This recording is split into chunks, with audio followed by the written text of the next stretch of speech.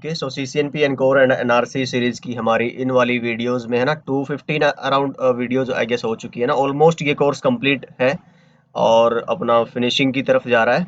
And अभी बचा क्या है हमारे पास, सीसीएनपी ऑटोमेशन का पार्ट बचा है और जिसकी बहुत ही एक ब्रिलियंट सी पीपीटी यहाँ पे प्रिपेयर हुई है, आप देखोगे तो मजा आ जाएगा आपको, है ना।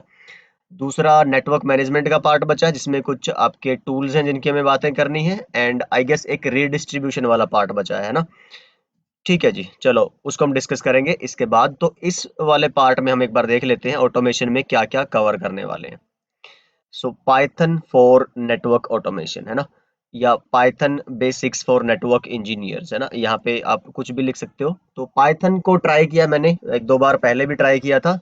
तो पर कभी एज ए नेटवर्क इंजीनियर कह लो, या फिर जब आपने कॉलेज में फर्स्ट ईयर में एफसी फंडामेंटल्स और कंप्यूटर प्रोग्रामिंग का जो पेपर है ना वो 40 नंबरों के साथ निकाला हो तो बड़ा मुश्किल हो जाता है, पता है, प्रोग्रामिंग में हाथ आजमाना, to be very honest. But still I tried it one more time for the sake of this CCNP. जैसे मैं हमेशा बोलता हूँ ना कि this CCNP series has given me so much to learn, है ना। तो अपने से 10 गुना, 100 गुना, 1000 गुना बड़ा मैं हमेशा इस बात को सपोर्ट पहले भी करता था, पर वो सिर्फ बात थी। आजकल जब मैं प्रैक्टिकली कर रहा हूँ तो आई कैन डेफिनेटली से टू यू गाइस, जो भी ये वीडियो आज देख रहा है और जिसको शायद ये सुनने की जरूरत है, कि अपने से अगर 10 गुना, 100 गुना या 1000 गुना जितना बड़ा आप गोल रख सकते हो और उसको अचीव करने के लिए पर डे काम कर सकते हो, तो यार आप खुद इमेजिन नहीं कर सकते कि आप क्या अचीव कर सकते हो जिंदगी में। ठीक है, always remember this thing and just I guess start working from today onwards, है ना। अच्छा, तो पाइथन ट्राई किया है and I hope you will love it. बहुत अच्छा एक डॉक्यूमेंट बनाया है। उसके बाद क्या डिस्कस करेंगे पाइथन में भी, आप देखोगे अगर, तो ऑलमोस्ट जितने भी इंपॉर्टेंट पार्ट है अपना, जो आपको, जैसे ये मैंने शुरू में क्यों रखा है, आप किसी और ट्रेनर को देखोगे या कोई और बुक का स्ट्रक्चर देखोगे तो आपको इन बिटवीन कहीं पे मिलेगी पाइथन और उसको जिक्र होगा, और देन फिर आगे आपका बाकी टूल्स एंड उन सब की बातें की। मैंने इसको शुरू में क्यों रखा है, क्योंकि मुझे खुद थोड़ा सा लगा कि यार जब मैं जेसोन बताऊंगा, एक्सएमएल, यांग, या फिर आपको रेस्ट बेस्ड एपीआईज बताऊंगा, तो वो सारा स्ट्रक्चर जो है ना, एचटीटीपी के जो कोड्स है, आपका क्रड फॉर्मेट है, वो सब बताने के लिए मैं बार बार प्रोग्रामिंग प्रोग्रामिंग प्रोग्रामिंग ये वर्ड यूज करूंगा। अब मैं चाहता हूं कि यार, अब मुझे जहां तक लगता है ऑलमोस्ट आप सब लोग इसलिए है नेटवर्क में क्योंकि आपको प्रोग्रामिंग अच्छी नहीं लगती है ना, सेम हियर।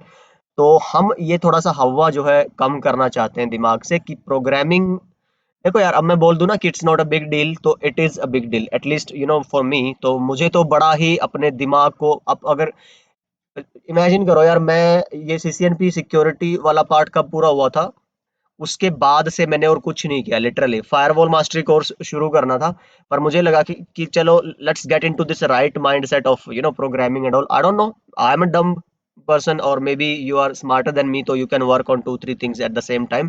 बट मैं जब काम कर रहा हूँ किसी एक बिल्कुल नई चीज पे, तो मैं ज्यादा चीजों पे फिर फोकस नहीं कर पाता उसी पे। हाँ, लेकिन उसके बाद फिर ऐसा होता है, हफ्ते 10 दिन 15 दिन में मेरा माइंड इतना हैबिचुअल हो जाता है, देन फिर मेरे को उसमें इतना कंफर्ट जोन आ जाता है। अब मुझे लगता है कि यार पाइथन को अच्छे से डिटेल में करूं मैं, मेरा मन कर रहा है उसके बाद मैं जावा भी पढूं और बाकी सारी लैंग्वेज। तो एक हॉबी प्रोग्रामर के नाम से मैंने चैनल भी बना दिया ऐसे ही फ्लो फ्लो में, और लेट्स सी कहाँ तक ले जाऊंगा उसको, प्रोग्रामिंग की ये journey I really want to continue, specially for my sun.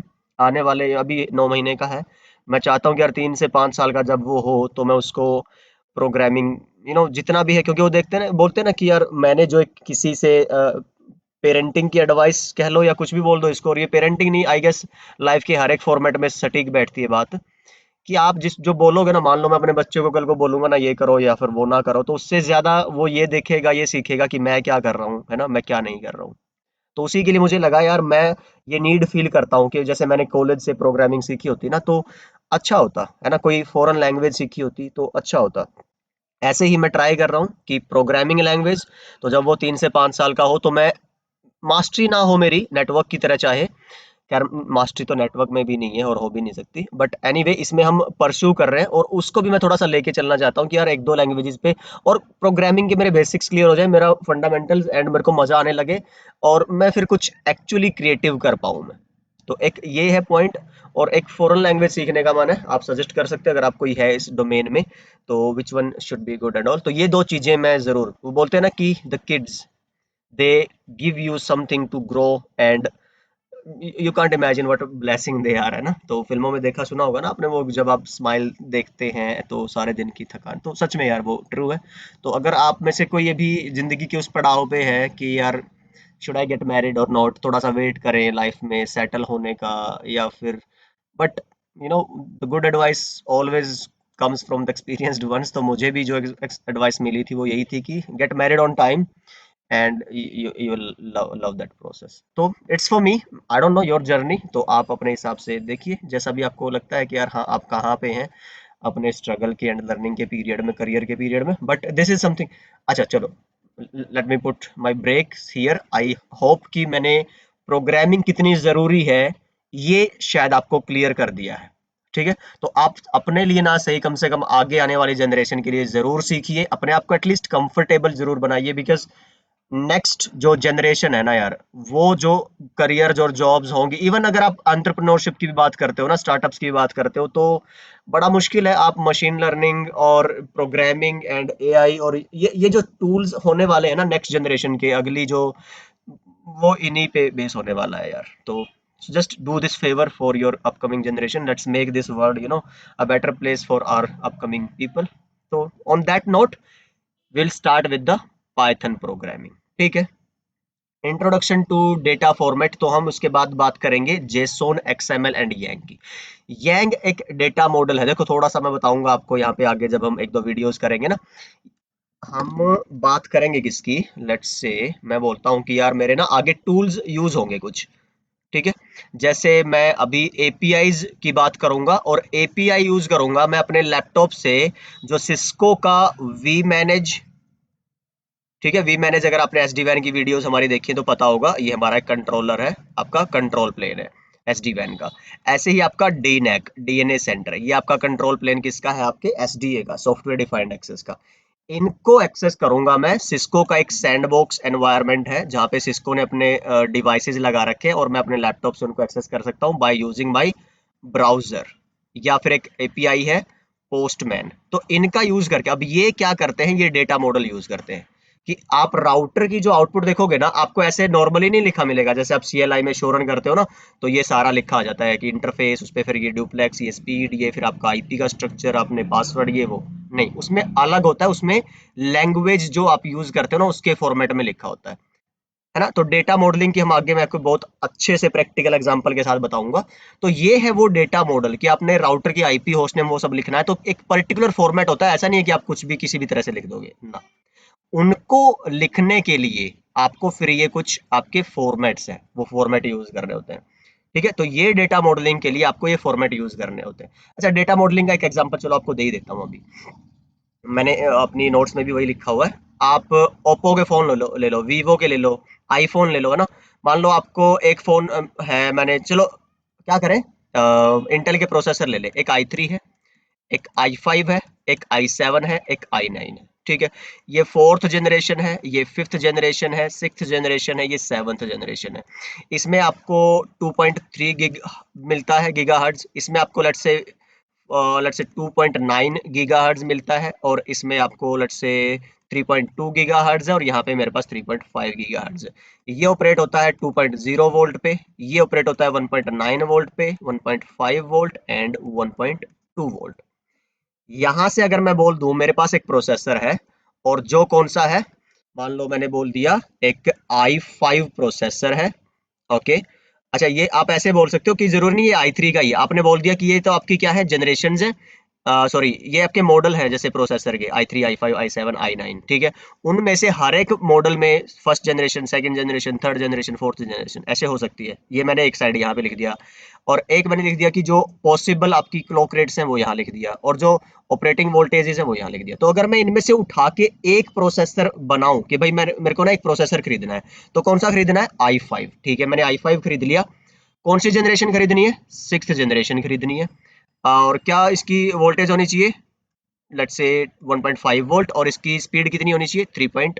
Let's say 5 gigahertz. तो ये आपने पॉसिबल डेटा सेट में से जो एक उठा लिया, that is called data modelling. ये जो आप क्या कर रहे हो, डेटा मॉडल कर रहे हो। बहुत सारे डेटा में से आप अपने, फ्लिपकार्ट पे जाओ यार, अमेजोन पे जाओ, आपको लाखों करोड़ों बुक्स पड़ी है, उनमें से आप अपने हिसाब से टेलर करते हो, पिक करते हो।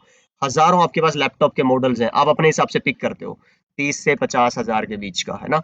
और i3 या i5, ठीक है, SSD हो या ना हो, ये क्या कर रहे हो आप यार, इतने सारा डेटा में से मॉडल करके आप अपने हिसाब से चुन रहे हो। ये जरूरी पार्ट, आप अगर थोड़ा सा ई शॉपिंग और किसी की भी बात करो, और अगर आप डेटा स्ट्रक्चर्स की बात करो, आप एसक्यूएल वगैरह की बात करो, तो ये सब ऐसे ही गेम है। अब जरा ध्यान से देखेंगे, जेसोन और एक्सएमएल क्या है, ये जो लिखा जा रहा है ना, ये लिखने के लिए जो फॉर्मेट आप यूज करते हो, ये ये लैंग्वेजेस होती है, ठीक है। JSON and I I hope थोड़ा सा एक आइडिया आपको लग गया होगा, बाकी सारा फिर उस एक पर्टिकुलर वीडियो में आपको हम क्लू दे देंगे। So this is going to be the first two parts. उसके बाद बात कर लेते हैं अगला क्या है, फिर हम बात करेंगे network configuration with data models, ठीक है, नेट कॉन्फ की बात करेंगे, रेस्ट कॉन्फ। अब ये जो नेट कॉन्फ रेस्ट कॉन्फ है, ये यांग को यूज करती है, ठीक है। तो थोड़ी सी इसीलिए मैंने थोड़ा इस ऑर्डर में रखा है कि सारी चीजें आप एक एक करके पहले जानते जाएं, और फिर आगे उसके यूज केस सिनेरियोज कहाँ पे हैं वो आप यूज भी करते जाएं, प्रैक्टिकली समझते जाएं। फिर हम देखेंगे कि यार नेटवर्क में जो ऑटोमेशन या ऑर्केस्ट्रेशन टूल है, मैंने सीसीएनए में भी डिस्कस किया था इनको, और यहाँ पे भी हम एक एक्स्ट्रा करेंगे, और बाकी ऑलमोस्ट वहां से तो अलग ही रहेगा सारा डिस्कशन। तो ऐसा नहीं देखना कि यार वो सेम ही मिलेगा या वही पीपीटी मैंने चिपका दी होगी, नहीं, ये बहुत अलग ही है। फिर डीएनए सेंटर वी मैनेज पे मैंने सैंडबॉक्स एनवायरनमेंट में एक्चुअली मैं आपको दिखाऊंगा कि जैसे मैंने डीनैक का एसडीए का एक एग्जांपल देके छोड़ा था आपको सीसीएनए में, अब उसकी यहाँ पे प्रैक्टिकल दिखाऊंगा कि भाई जो अच्छा प्रैक्टिकल एज सच ये तो नहीं है कि मैं आपको सारे ऑप्शंस लाइव एक डीएनए सेंटर पे या वी मैनेज पे दिखा दूंगा, नहीं। सीसीएनए सॉरी सीसीएनपी में जो सिस्को है वो मेरे को सैंडबॉक्सिंग एनवायरनमेंट देता है कि ये मेरा वी मैनेज एक्चुअल एक वी मैनेज का डिवाइस का इंटरफेस ओपन करो, उसके सारे ऑप्शन देगा, ठीक है। थोड़ा बहुत एक आधा काम है वो मैं करके भी दिखा दूंगा।